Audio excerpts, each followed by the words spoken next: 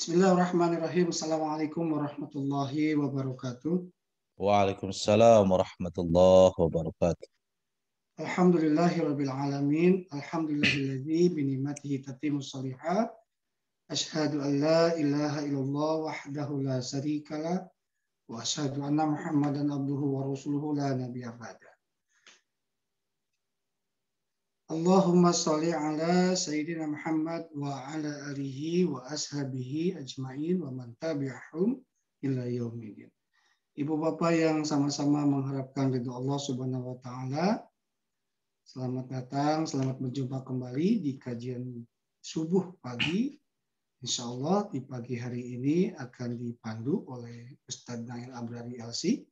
Mudah-mudahan beliau Allah lindungi, Allah berikan ilmunya, Allah limpahkan rezekinya, keluarganya sehat walafiat.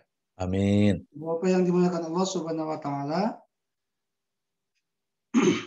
segala puji hanyalah milik Allah. Semoga kita yang senantiasa menghadiri kajian ilmu di pagi hari ini Allah limpahkan rahmat serta keberkahan, serta salawat serta salam tercurah kepada junjungan kita Nabiullah akhir zaman, Nabi besar Muhammad Sallallahu Alaihi Wasallam. Dan mudah-mudahan kita kelak menjadi umat beliau. Alhamdulillah. Berkumpul, berjumpa dengan beliau. Lupakan baru. Marilah kita awali pagi hari ini dengan mengucapkan basmalah bersama-sama. Bismillahirrahmanirrahim. Alhamdulillah sudah hadir juga Bunda Empet, Ustaz Nail. Hari ini akan membawa kajian tentang masih sirah nabawiyah ya? Ya. Baik. Sebelum Ustaz Nail dimulai, saya ingin menyampaikan sesuatu update perihal Halipah berbagi dan sedekah di pagi hari ini. Halipah berbagi dengan program Halipah berbagi untuk bantuan kemanusiaan, Pray for Semeru. Alhamdulillah, selain itu juga kami juga ikut serta membantu pasca banjir bandang yang ada di Garut, Sukawening ya. Insya Allah dana Halipah berbagi kami akan tutup di tanggal 31 Desember ya Kang ya. Update per tanggal 20 Desember. Masya Allah. Untuk dana sedekah Halipah berbagi itu berjumlah Rp16.125.000. Ini tidak ada perubahan sejak tanggal 20 kemarin ya, Kang ya. Jam tanggal 19 per tanggal jam 1 siang. Sedekah subuh berjumlah Rp6.200.000. Total dana yang terkumpul kurang berjumlah Rp22.325.000. Jazakumullah khairan katsira, kami ucapkan terima kasih atas ikhtiar lebihnya. Semoga Allah menjadikan setiap sedekah ini mengundang pintu keberkahan dan Allah ganti dengan yang lebih luas. Amin. Cukuplah Allah sebagai pembalas. Dan mudah-mudahan sedekah ini menjadi pelindung kelak di yaumil akhir. Amin. Baik, terima kasih. Itu saja informasi awalnya. Kita akan bergabung dengan Ustadz Nail yang hari ini ada di Riau ya Ustadz? Betul, betul. Subuh jam berapa di sana Ustadz? Di sini subuhnya jam 4.40 menit. Jam 4.40 menit. Kalau di Bandung jam 4 lewat 2. Ya. Berarti masih malam ya kalau di sana. Baik Ustadz, silakan. Terima kasih. Assalamualaikum warahmatullahi wabarakatuh. Waalaikumsalam warahmatullahi wabarakatuh. Pak Haji Mu. Bismillahirrahmanirrahim. Assalamualaikum warahmatullahi wabarakatuh. Innal hamdalillah nahmaduhu wa nasta'inuhu wa nastaghfiruh. Wa na'udzu billahi min syururi anfusina wa min sayyiati a'malina. May yahdihillahu fala mudhillalah wa may yudlilhu fala hadiyalah. Asyhadu an la ilaha illallah wa asyhadu anna Muhammadan abduhu wa rasuluh. Allahumma shalli wa sallim ala abdika wa rasulika Muhammadin wa ala alihi wa sahbihi ajma'in. Qala Allah Ta'ala fi kitabil karim, a'udzu billahi minasy syaithanir rajim. Bismillahirrahmanirrahim. Li'ila fi Quraisy ila fihim rihlatash shita'i was-shaif Falyabudu rabb hadzal bait alladzi at'amahum min ju' wa amanahum min khauf. Shadaqallahul azim. Yang kami hormati guru-guru kami yang hadir di sini, ada Ustadz Uwi, ada Bunda Empet, para asatiz yang lain, para jemaah khalifah yang betul-betul sangat kami hormati. Tidak lupa Pak Haji Muh yang istiqomah mengingatkan kami untuk senantiasa bergabung bersama keluarga besar jemaah khalifah.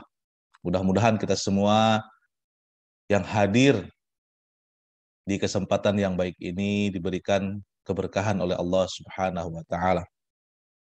Karena terus terang kita patut berbangga karena masih diberikan kesehatan, kemudian kesempatan, dan tentu saja kemauan untuk bisa bergabung di majelis ilmu seperti ini, insya Allah. Baik, Bapak dan Ibu, melanjutkan halaqah kita yang Senin yang kemarin. Hari ini kita akan berbicara tentang nenek moyang Nabi Muhammad Sallallahu Alaihi Wasallam. Salah seorang nenek moyang Nabi Muhammad Sallallahu Alaihi Wasallam bernama Hashim bin Abdul Manaf. Beliau adalah pemuka masyarakat dan orang yang sangat berkecukupan. Masyarakat Mekah mematuhi dan sangat menghormatinya. Wahai penduduk Mekah, aku membagi perjalanan kalian menurut musim. Jika musim dingin tiba, pergilah kalian berdagang ke Yaman yang hangat. Jika musim panas, giliran kalian pergi ke Syam yang sejuk. Demikian keputusan Hashim.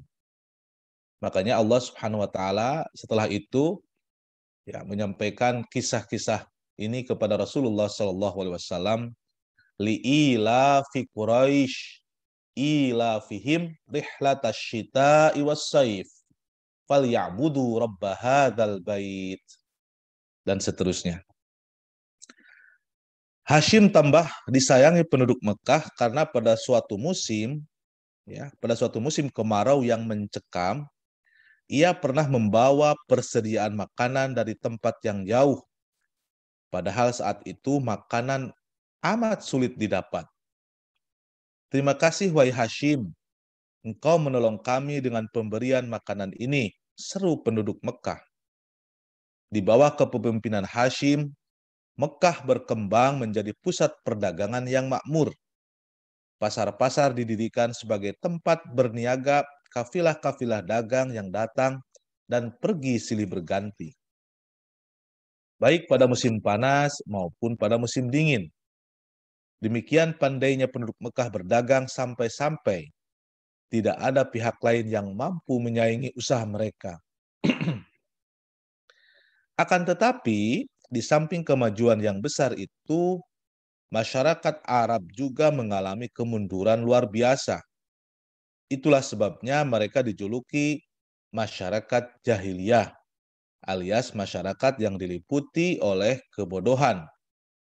Itulah juga sebabnya sampai Allah Subhanahu wa taala mengutus Rasul terakhirnya, yakni Nabi Muhammad Sallallahu Alaihi Wasallam.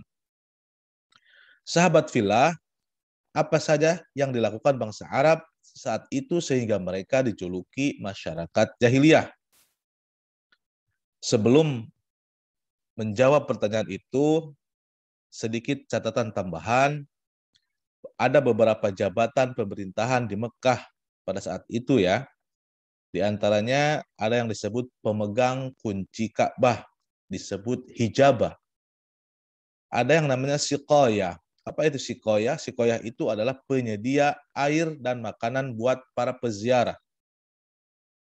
Kemudian ada yang namanya rifadah. Rifadah artinya mengatur pembagian dana dari orang kaya untuk fakir miskin. Dan ada juga yang namanya istilah qiyadah. Qiyadah artinya mengatur urusan peperangan. Sumber sejarah ini kami ambil dari buku Muhammad Teladanku dan juga The Muhammad karangan Syekh Kabir Muhammad Hussein dari Mesir. Jamaah fillah, kenapa disebut sebagai masyarakat jahiliyah? Catatan yang kami dapat yang pertama adalah bahwa mereka penduduk Mekah sangat percaya takhayul. Ya, ini buktinya dalam sebuah kisah, oh tidak, burung itu terbang ke kiri. Aku pasti akan tertimpa sial. Umpat seseorang itu kebetulan melihat seekor burung yang terbang di atas kepalanya berbelok ke arah kiri. Sepanjang hari itu dia jadi murung karena yakin bahwa dia bernasib sial, walaupun belum tahu kesialan macam apa yang akan menimpanya. Orang-orang Arab pada masa jahiliyah amat percaya pada takhayul. Contohnya, mereka percaya jika burung yang mereka lihat terbang ke kiri, nasib sial akan menimpa mereka. Sebaliknya, jika burung kebetulan terbang ke kanan, nasib baik akan datang. Kepercayaan semacam itu disebut at-takhayyur. Selain itu, mereka percaya bahwa jika seseorang mati, rohnya akan menjadi burung. Mereka juga percaya bahwa di dalam perut manusia ada ular. Ular inilah yang menggigit di dalam perut sehingga orang merasa lapar. Lucu juga ya, Pak. Ini salah satu ketakhayulan mereka.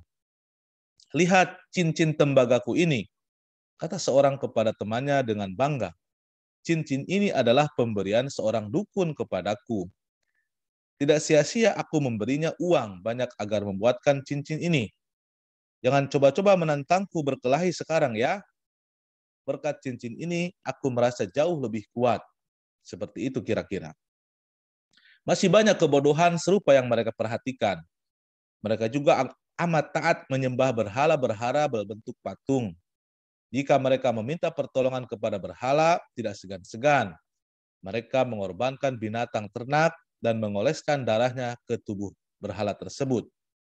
Bahkan mereka terkadang sampai hati mengorbankan anak-anak sendiri demi mengharap keridhaan berhala. Selain melakukan kebodohan-kebodohan itu, mereka masih melakukan banyak sekali hal-hal yang merusak. Ya. Sebagai catatan, awal mula penyembahan berhala bagi orang-orang Mekah pada saat itu, Bapak dan Ibu rahimakumullah, awal mulanya ada berhala di Mekah ketika seseorang bernama Amr bin Luhai. Ya, Amr bin Luhai membawa berhala besar bernama Hubal yang dibelinya dari daerah Syam. Ya, kalau kita lihat salah satu ceramah dari Ustadz Adi Hidayat yang berbicara tentang sejarah perkembangan peradaban manusia, bahwa ketika di zaman jauh sebelum Rasulullah SAW dilahirkan itu, kurang lebih beribu-ribu tahun ke belakang, orang-orang itu dari Yunani, dari Romawi itu sudah membawa berbagai bentuk berhala-berhala berbentuk patung ataupun benda yang dianggap sakral oleh penduduk setempat itu dikumpulkan oleh para penjajah dari Yunani dan Romawi itu, mereka berkumpulnya di Syam. Ya. Jadi ketika Amr bin Luhai ini berkunjung ke Syam untuk berdagang,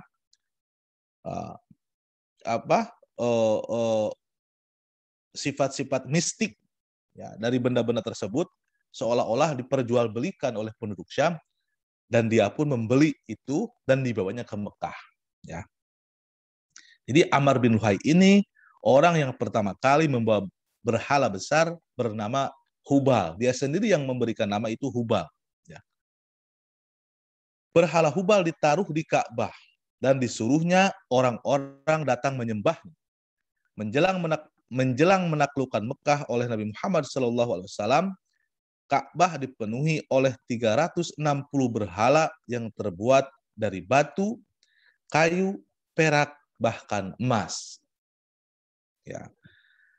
Jemaah yang berbahagia, yang kedua, kenapa penduduk Mekah pada saat itu disebut sebagai masyarakat jahiliyah? Karena mereka itu sangat gemar mabuk dan berjudi. Ya. Bangsa Arab pada masa itu sangat gemar meminum arak. Hampir semua orang adalah peminum, ya. Kecuali hanya beberapa saja yang tidak. Bawa kemari minumannya, kita minum sambil berjudi, kata seseorang kepada teman-temannya. Para pelayan datang membawakan baki dan botol-botol minuman. Orang-orang datang berkumpul sambil tertawa. Hei, panggil para penari, perintah tuan rumah. Para penari datang disambut tepukan dan sorak-sorai. Ketika minuman mulai membuat mereka mabuk, seseorang kembali berseru, bawakan alat-alat ini untuk kita kembali berjudi. Orang pun membawakan alat-alat judi berupa bilah-bilah kayu dan sebuah kantung kulit. Beberapa ekor unta dipotong. Yang kalah berjudi harus membayar unta-unta tersebut. Selain berjudi dengan memotong unta, mereka juga berjudi dengan bermacam-macam cara. Demikianlah minum sambil berjudi adalah kebiasaan yang amat digemari oleh bangsa Arab pada saat itu. Bahkan ketika Nabi Muhammad SAW mengajarkan tentang Islam, masih banyak pemeluk baru agama ini yang masih suka meminum arak. Sampai turunlah perintah Allah yang berangsur-angsur mengharamkan orang meminum minuman keras. Ya. Kemudian selain meminum, ya, apalagi yang bisa dilakukan oleh orang-orang jahiliyah pada saat itu. Ya. Ada catatan sebelum ke sana, ada yang disebut dengan barem. Apa itu barem? Barem ini adalah judi memotong unta yang paling digemari oleh orang Arab.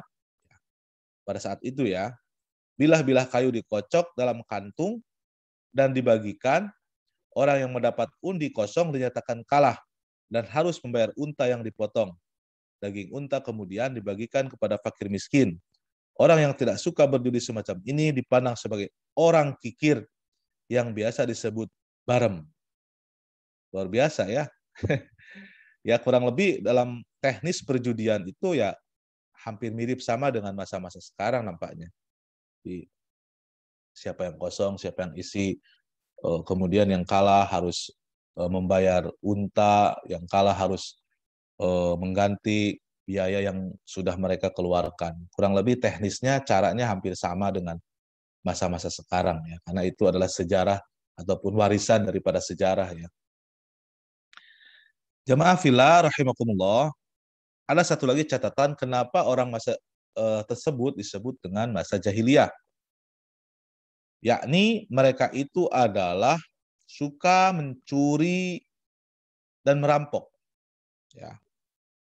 Mencuri dan merampok saat itu adalah hal yang sangat biasa. Hanya sebagian kecil saja orang yang tidak pernah melakukannya. Perampok pun bukan cuma mengincar harta dan benda, tapi juga orang yang dirampok. Perampok biasa menjadikan orang yang telah dirampoknya menjadi tawanan dan budak belian. Seperti itu ya.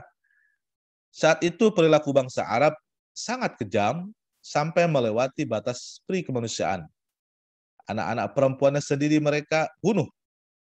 Ada yang dikubur hidup-hidup ke dalam tanah. Ada pula yang ditaruh di dalam tong dan diluncurkan dari tempat yang tinggi. Mereka malu jika mempunyai anak perempuan. Nauzubillah. Ya. Ini pun yang terjadi dengan sahabat Umar bin Khattab radhiyallahu an di masa jahiliyah, di mana pada saat itu ketika beliau mendapatkan istrinya melahirkan anak perempuan, ya kata orang Garut disebut apa, dikubur kerepes itu ya.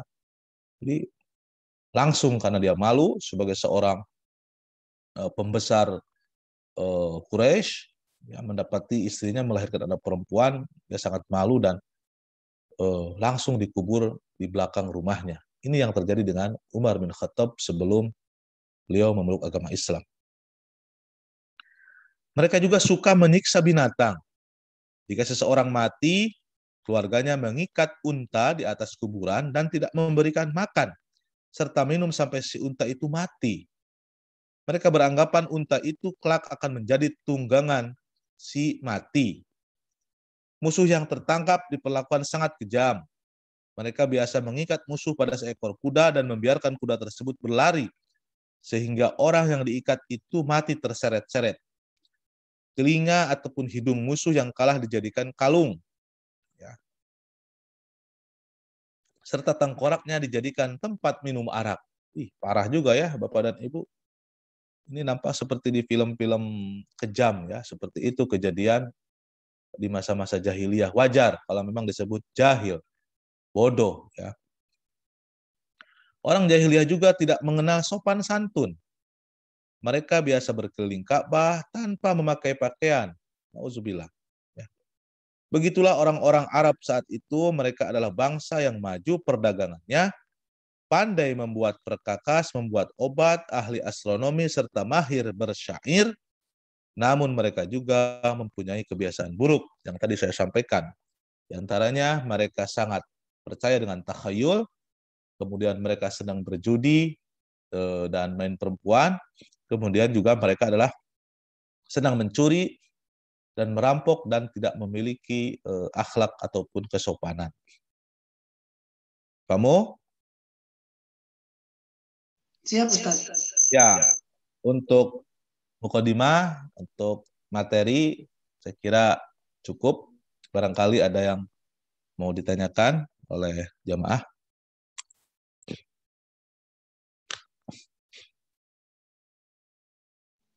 Sudah.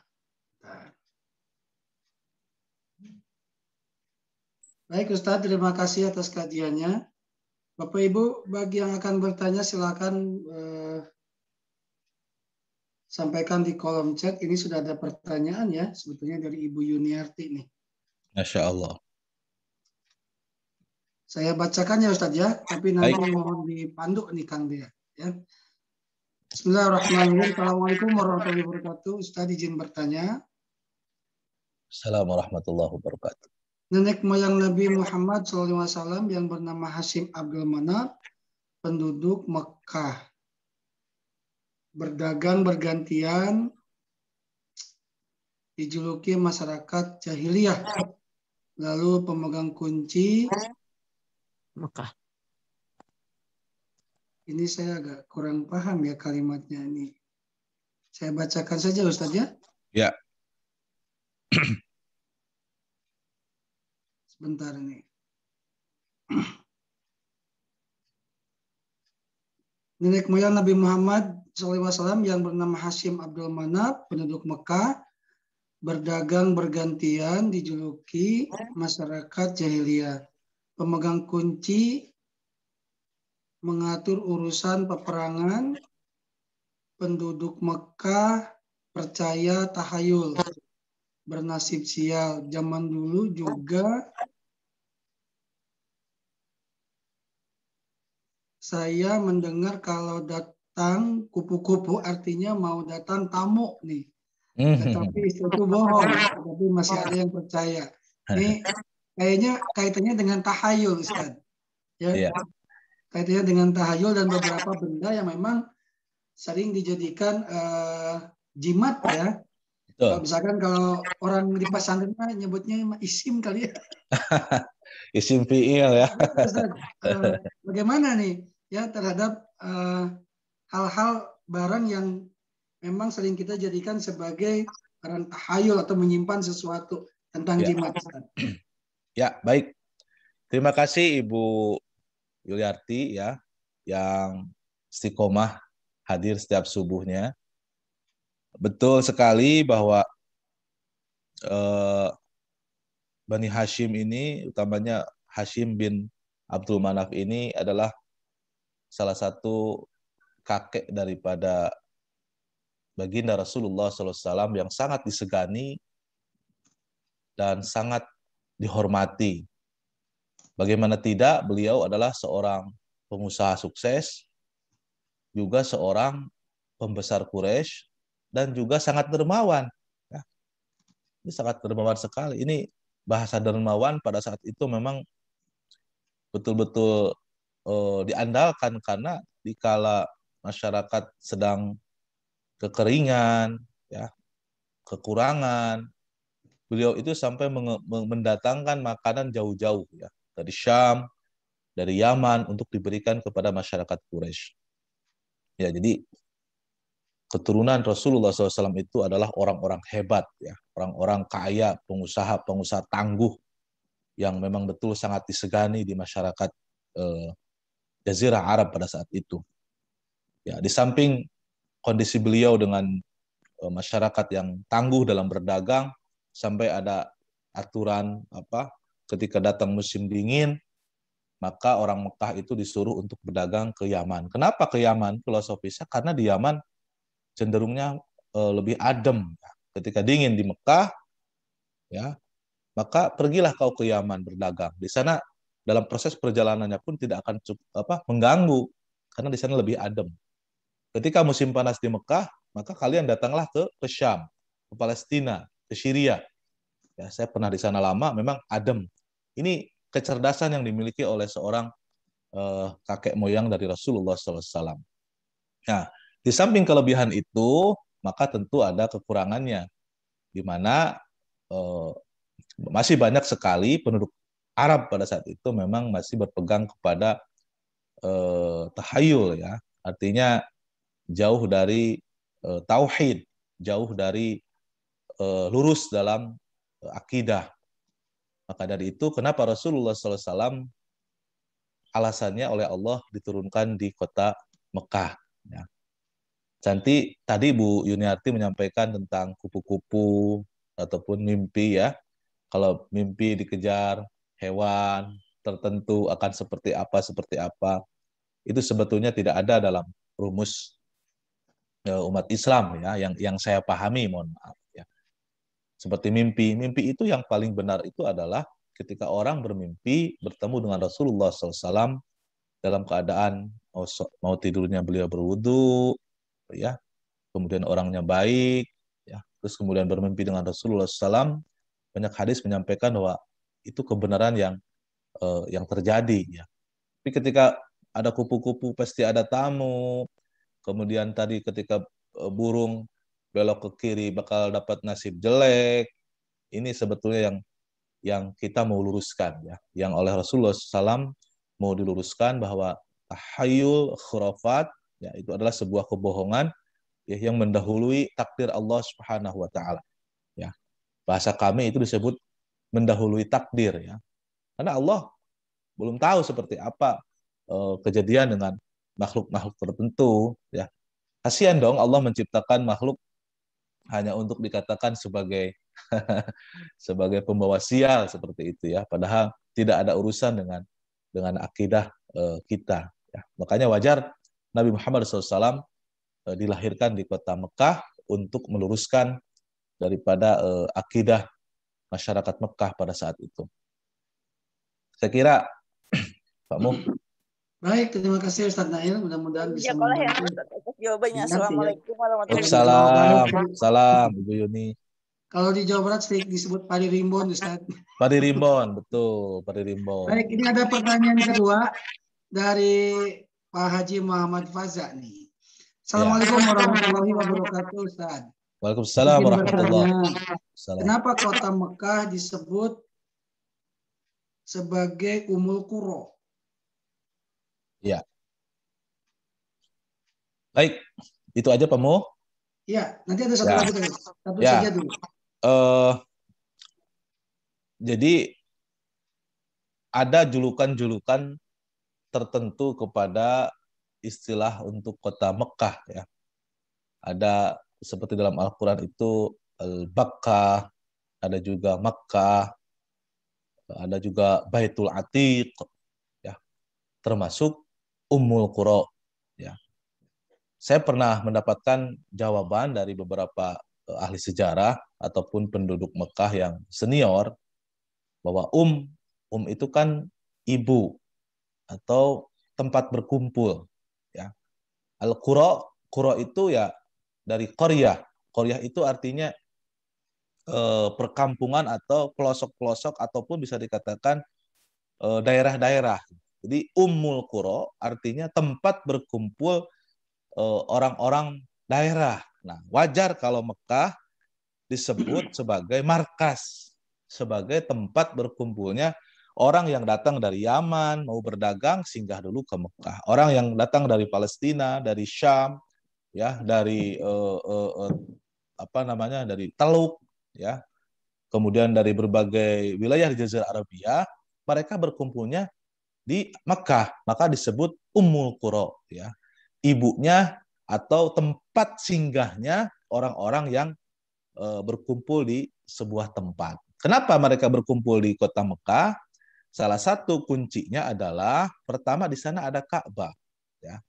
Dari kajian-kajian para asatiz terakhir itu saya mendengar langsung dari buku yang dibawa oleh salah satu ustadz terkenal di Indonesia, itu bahwa Mekah itu sudah hadir sebelum Nabi Adam diciptakan. Ya. Dan dari mohon maaf, bukan Mekah, Ka'bah. Ya. Ka'bah itu sudah ada sebelum Nabi Adam diciptakan, ditambah lagi munculnya sumber air Zam-Zam yang membuat semua orang hadir untuk datang ke sana. Di sana punya nilai ibadah untuk beribadah di Ka'bah. Yang kedua, sumber air Zam-Zam ini menjadi daya magnetik, ya, yang membuat orang datang gitu, penasaran dan nyaman untuk berhadir di wilayah kota Mekah seperti itu. Wallahu a'lam bishawab. Baik, terima kasih Ustadz Nail. Ya. Bapak Ibu, insya Allah kajian-kajian para asatid yang ada di kajian subuh itu bisa juga disimak di channelnya YouTube Khalifah, ya. Silakan nanti di subscribe, di like, dan dinyalakan loncengnya, Ustadz.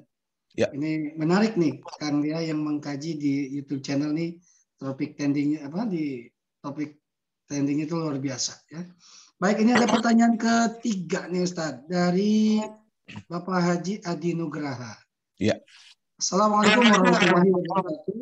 Waalaikumsalam warahmatullahi wabarakatuh. Apakah pada zaman jahiliyah sudah tidak ada keturunan Nabi Ibrahim yang menjalankan syariat agama yang diajarkan? Baik. Pak Haji Adi yang saya hormati, kalau berbicara silsilah daripada Khalilullah Abul Anbiya Ibrahim alaihissalam, dalam episode selanjutnya saya sampaikan bahwa dari beliaulah muncul Nabi kita yang terakhir, yakni Nabi Muhammad SAW. Maka dipastikan bahwa Hashim bin Abdul Manaf itu adalah salah satu cucu daripada Nabi Ibrahim alaihissalam. Nah, saya sangat memahami kok masih ada takhayul, kok masih ada perampokan brutal, kok masih ada perjudian dan main perempuan, seperti itu mungkin yang bisa pahami. Kok kenapa tidak diajarkan oleh baginda Nabi Ibrahim alaihissalam sampai-sampai masyarakat jahiliyah masih melakukan tradisi seperti itu. Baik, datangnya Rasulullah SAW adalah sebagai penyempurna. Ya, datangnya baginda Muhammad SAW adalah menyempurnakan akhlak manusia. Innama bu'ithu liutammima makarimal akhlak. Untuk meluruskan akidah manusia, untuk menggapai keridhaan Allah Subhanahu wa taala itu, ya semuanya ada dalam ajaran Rasulullah Muhammad SAW melalui Al-Qur'annya. Yang jelas ini adalah sebagai mukjizat terakhir dari semua para nabi. Dengan Al-Qur'annya ini maka disempurnakanlah semua syariat agama yang sudah diturunkan oleh Allah kepada para nabi terdahulu. Nah, artinya apa? Mungkin ini ada skenario Allah.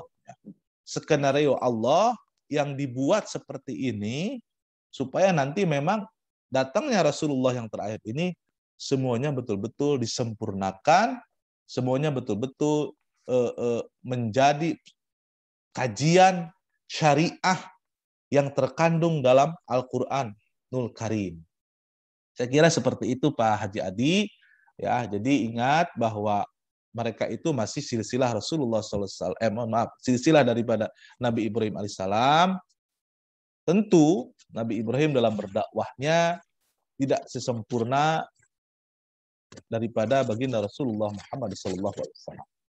Maka dari itu, catatan kita bahwa setelah Nabi Muhammad SAW tidak ada lagi nabi yang lain, tidak ada lagi kitab syariat selain Al-Qur'anul Karim ya, yang bisa menyempurnakannya.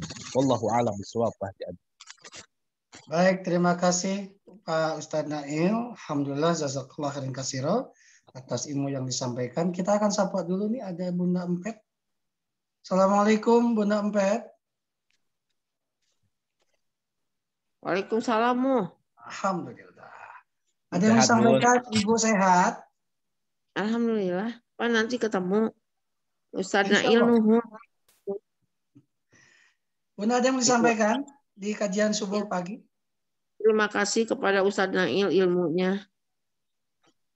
Sedikit, masih belajar, perlu bimbingan Bunda. Iya, bagus ya. Nuhun Bu Pet, insya Allah nanti sore. Insya Allah nanti sore ketemu. Aduh, sayang saya nggak bisa hadir. Ini dikirim aja paketnya. Kamu masih ada yang bertanya di chat, di room chat. Ya, baik Ustadz. Ini dari Pak Bambang Fardianto nih. Pak Ustadz Nail, ada pertanyaan nih. Assalamualaikum warahmatullahi wabarakatuh. Ustadz izin bertanya. Apakah bentuk fisik Ka'bah sebelum Nabi Adam mengalami perubahan sampai sekarang ini, Ustadz? Baik, Pak Haji Bambang. Terima kasih atas pertanyaan. Ini pertanyaan sering sebetulnya muncul ya tentang sejarah daripada Ka'bah. Yang jelas Ka'bah itu dari buku-buku referensi yang pernah saya baca beberapa kali mengalami renovasi, ya sampai dari sebelum Nabi Adam sudah ada, kemudian zaman Nabi Adam alaihissalam, terus zamannya Nabi Ibrahim alaihissalam. Dalam halaqah sebelumnya saya sampaikan Nabi Ibrahim alaihissalam dengan putranya Ismail alaihissalam itu pernah merenovasi Ka'bah sehingga di situ sudah ada bangunan-bangunan yang terbentuk lebih rapi dengan nilai artistik yang lebih rapi. Ya. Bahkan sampai kepada zaman Rasulullah SAW semakin rapi, semakin besar. Ya. Dan ini yang sekarang ada itu adalah warisan daripada Nabi Ibrahim disempurnakan oleh baginda Rasulullah SAW bahkan di zaman kekhalifahan pasca Khulafaur Rasyidin itu terjadi renovasi-renovasi, Pak. Jadi ini adalah penyempurnaan daripada pasca baginda Rasulullah SAW yang betul-betul sekarang itu sudah mempunyai nilai-nilai arsitek mungkin ya Pak. Izin Pak Rustam kalau saya sampaikan ini adalah nilai-nilai arsitek yang sangat luar biasa. Saya kurang paham apakah itu dari kultur Turkinya atau kultur daripada wilayah Yunani atau memang itu yang disebut dengan kultur budaya Arab bangunan Ka'bah seperti itu, karena memang sangat sederhana ya, sangat sederhana tapi menarik gitu ya, sangat menarik dan berkarisma lah kalau dipandang itu bikin orang menangis ya, bikin orang betul-betul jadi baper gitu. Maka doa yang diajarkan Rasulullah SAW kepada kita semua, mungkin Bapak Ibu Haji masih ingat apa doanya itu ketika kita melihat Ka'bah. Bismillahirrahmanirrahim. Allahumma zid hadzal baita tashrifan wa ta'ziman wa takriman wa mahabatan wa zid man syarrafahu wa karramahu mimman hajjahu awi tamarahu tashrifan wa ta'ziman wa takriman wa birron. Subhanallah. Ini doa yang sering disampaikan oleh setiap jemaah. Maka dari itu Ka'bah ini memiliki aura-aura yang sangat positif, aura-aura yang membuat kita itu betul-betul makin cinta kepada Ka'bah karena setiap orang mendoakannya seperti itu ya. Saya kira kalau setiap hari kita mendoakan rumah kita ya dengan doa yang baik oleh kita, oleh pasangan kita, orang-orang tercinta kita, saya kira rumah kita akan menjadi baiti jannati. Wallahu alam ya, wallahu alam bishawab. Baik, terima kasih Ustaz Nail. Ya. Bapak Ibu yang dimuliakan Allah Subhanahu wa taala. Kamu? Ya, siap Pak Rustam, ada yang disampaikan? Iya, Assalamualaikum warahmatullahi wabarakatuh. Assalamualaikum. Menambahi aja sedikit. Ya. Ya, Ka'bah itu pernah direnovasi pada zaman kakeknya baginda Rasulullah SAW pada zaman Abdul Muthalib. Itu ukurannya tidak seperti yang sekarang 11 kali 11 sekian, rata-rata hampir kubus ya.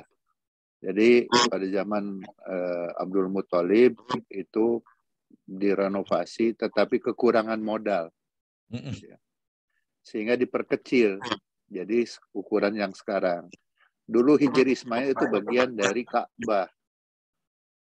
Diperkecil maka jadi di luar Ka'bah. Sehingga kenapa itu sebabnya sholat kita di Hijri Ismail sama saja dengan sholat di dalam Ka'bah. Itu salah satu sejarah perubahan Ka'bah. Ya, Ka'bah. Betul. Transformasi. Ustadz, saya kasih soal ini tarikh. Ini adalah pelajaran di dalam agama Islam yang dianaktirikan. Saya paling sedih kalau orang tidak terlalu berminat pada sejarah. Padahal Al-Quran kan sepersekian persennya adalah sejarah. Sejarah adalah refleksi agar kita bisa memproyeksikan ke masa depan. Dan beberapa hukum sebetulnya tidak lepas dari proses sejarah. Seperti halnya contoh kasus adalah kenapa kita harus berpakaian di atas mata kaki. Kan itu kaitannya dengan sejarah sebetulnya. Jadi ini saya ingin memberikan semangat saja kepada Ustadz Nail untuk terus menggali sejarah. Ya. Saya tambahkan sedikit bahwa kebiasaan suku-suku atau bani-bani di sekitar Jazirah Arab ingin mempertontonkan kekayaannya adalah dengan berpakaian seperti pengantin slayer, ya. Jadi jubah panjang, kalau bahasa Sundanya ngegangsar gitu ya. Dan Rasulullah tidak menyetujui itu, gitu loh. Yang tidak disetujuinya ada kan soal mempertontonkan kekayaannya, gitu loh. Jadi makanya dianjurkan untuk menggunakan celana di atas mata kaki. Saya menceritakan ini sebetulnya betapa pentingnya sejarah, termasuk sejarah sebelum kenabian.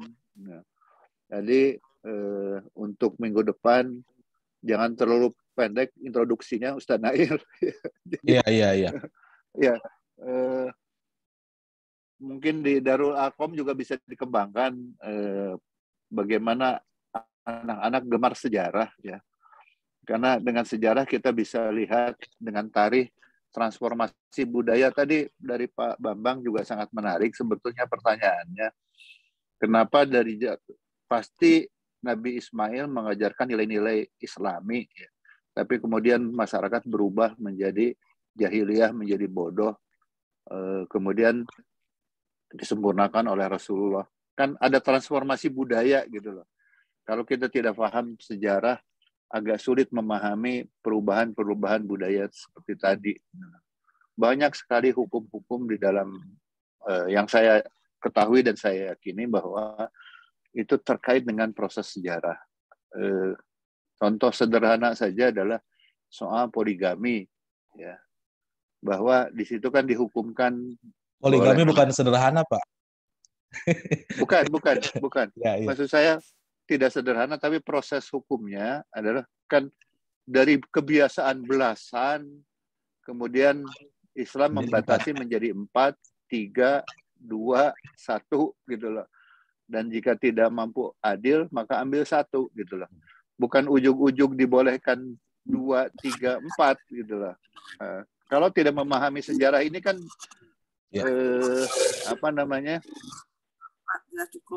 terlalu sederhana jadinya. Oh, Islam boleh 2, boleh 3, boleh 4. Betul, secara hukum begitu gitu loh. Ini maksud saya betapa pentingnya sejarah ini dan kenapa diselipkan di antara 7 hari kajian subuh itu sejarah. Saya termasuk orang yang sangat sedih ketika sejarah diabaikan gitu loh. Padahal Quran berbeda dengan sejarah Barat yang dari fenomena, kemudian ada ini kan dari teks dulu, dalam Quran ada teksnya begini, maka kita agak berbeda ini gitu loh. Jadi sebenarnya punya rujukan yang lebih akurat kalau di dalam Islam mengenai sejarah. Itu saja Ustaz Nail. Yap. Saya ingin tetap ngasih semangat untuk terus ini menyampaikan kajian sejarah ini. Insya Allah. Satu lagi, nanti suatu saat cerita dong tentang Syam, negeri yang belum pernah saya kunjungi, yang konon kabarnya amat sangat kaya dengan sejarah. Sangat betul, Pak. Kan Ustaz Nail kan sudah pernah tinggal di sana. Iya. Terima Insya kasih Ustaz. Sami-sami. Assalamualaikum Atur nuhun. warahmatullahi wabarakatuh. Assalamualaikum warahmatullahi wabarakatuh. Pak Mo.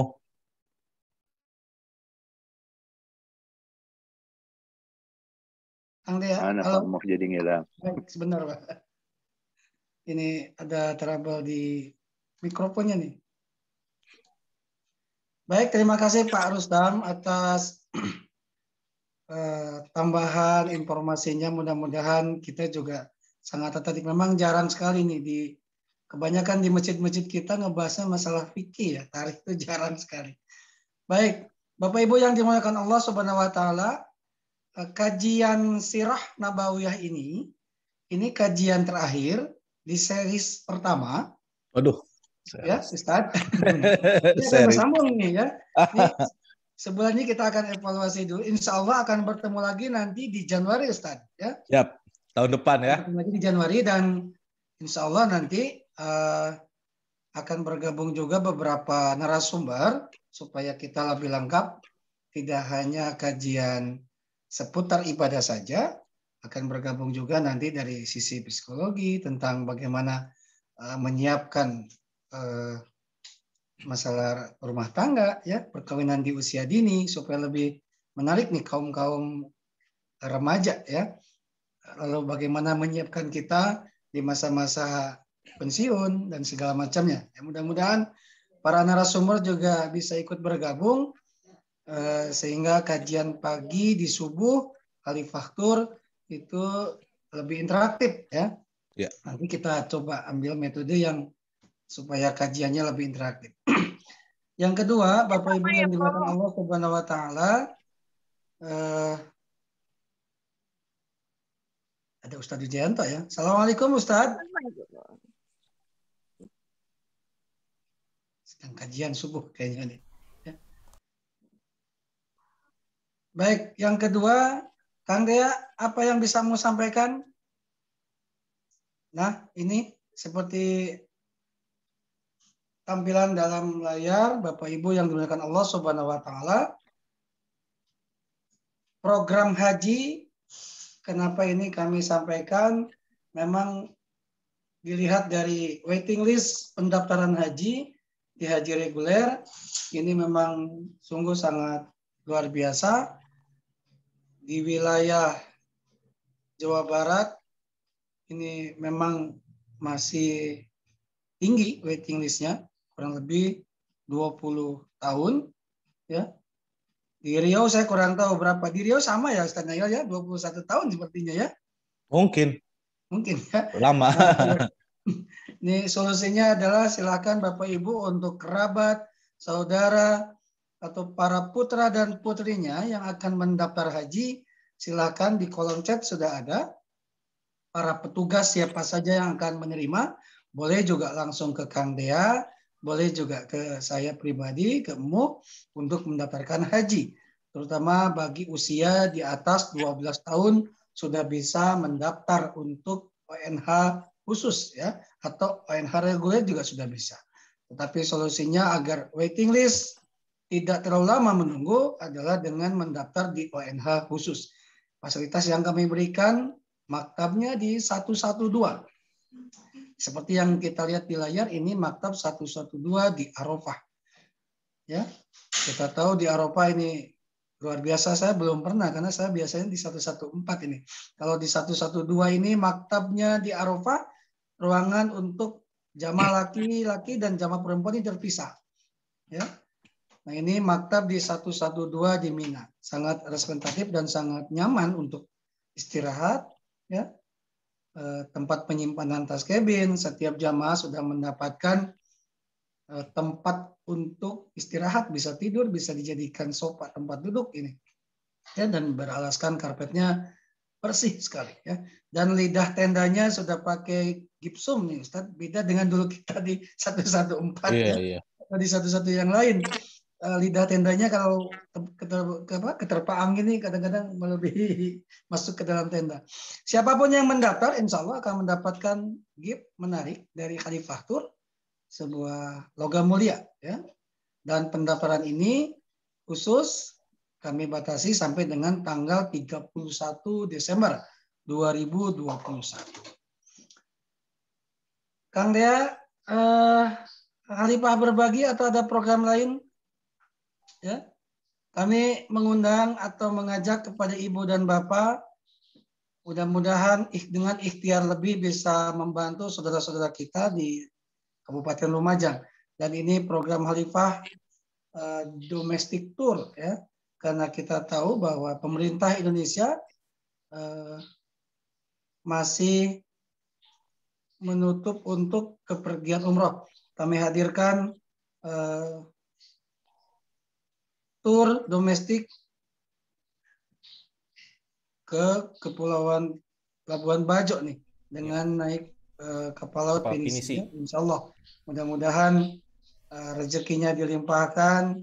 Tapi Januari sudah full book ya, ini di bulan Januari dan Februari kebetulan tidak selling karena faktor cuaca, Pak Mu. Insya Allah dibuka lagi untuk bulan Maret. Jadi bagi bapak dan ibu yang ada rencana nih untuk liburan bersama keluarga, kerabat di bulan Maret, insya Allah sudah, kalau ingin bertanya atau pra-booking lah mungkin Pak Mu ya, silakan bisa menghubungi para petugas di Khalifah Tour. Ada di kolom chat ya para petugasnya ya. Terbuka untuk private tour juga, untuk charter boat. Halo Kang Dea, suaranya terputus-putus. Ya Pak Mu, di kolom chat sudah ditulis ya. Jadi Bapak Ibu sekalian, bagi yang ingin tour domestik live aboard Pulau Komodo, bisa private tour juga, bisa private sewa kapal juga untuk private trip. Silakan bisa menghubungi teman-teman di Khalifah Tour. Terima kasih Pak Mu. Baik, terima kasih Kang Dea. Ada program yang lain Kang Dea? Cukup Pak Mu, paling cukup ya. Ya. Baik, terakhir Ustaz Nail sebelum kita berpisah, saya ingin menyapa Ustadz Wijayanto, tapi karena memang beliau lagi sibuk, insya Allah nanti para asatid kalau yang ada tergabung di ruangan ini, Asyar akan pertemuan untuk para asatid di Hegar mana ya. Jazakumullah khairan katsiran. Ustadz terakhir boleh dipimpin doa? Baik. Astaghfirullahalazim, astaghfirullahalazim, astaghfirullahalazim min dzanbil azim. Alhamdulillahi rabbil alamin, hamdan syakirin, hamdan na'imin, hamdan yuafi ni'amahu wa yukafi mazidah. Ya Rabbana lakal hamdu kama yanbaghi li jalali wajhikal karim wa azimi sultanik. Allahumma salli wa sallim ala abdika wa rasulika Muhammadin wa ala alihi wa sahbihi ajma'in. Allahumma ighfir lil mu'minina wal mu'minat wal muslimina wal muslimat al ahya'i minhum wal amwat. Innaka sami'un qaribun mujibu da'wat. Faya qadiyal hajat. Rabbana zalamna anfusana wa illam taghfir lana wa tarhamna lanakunanna minal khasirin. Rabbana la tu'akhidna in nasina aw akhtana. Rabbana wa la tahmil alaina isran kama hamaltahu ala alladhina min qablina. Rabbana wa la tuhammilna ma la taqata lana bih. Rabbana wa la tuhammilna ma la taqata lana bih. Wa'fu anna waghfir lana warhamna. Anta maulana fansurna alal qaumil kafirin. Allahumma inna nas'aluka ridhaka wal jannah wa na'udzubika min sakhatika wan nar. Allahumma inna na'udzubika salamatan fid din wa afiatan fil jasad wa ziyadatan fil ilm wa barakatan fil rizq wa taubatan qoblal maut wa rahmatan indal maut wa maghfiratan ba'dal maut. Rabbana atina fid dunya hasanah wa fil akhirati hasanah wa qina adzabannar. Wa sallallahu ala Muhammadin wa ala alihi wa sahbihi ajmain. Amin amin ya rabbal alamin. Alhamdulillah, amin. Terima kasih Ustaz Nail atas doanya. Semoga pagi ini di hari Senin menambah girah untuk semangat beraktivitas dan mudah-mudahan Ibu Bapak juga sehat semua. Saya yang bertugas, Kang Dea, Pak Regi, Pak Rustam Sumarna, ada juga Bunda Empet, ada Ustadz Wijayanto, dan Ibu Bapak sekalian yang tidak bisa saya sebutkan satu persatu. Terima kasih atas segala perhatiannya. Semoga hari ini menjadi hari yang terbaik, menjadi hari yang spesial buat Ibu dan Bapak. Saya yang bertugas Muhammad Mu. Mari kita ucapkan hamdalah dan doa kifaratul majelis. Subhanallah. Asyhadu an la ilaha illallah wa atubu ilaik. Saya bertugas. Wassalamualaikum warahmatullahi wabarakatuh. Waalaikumsalam.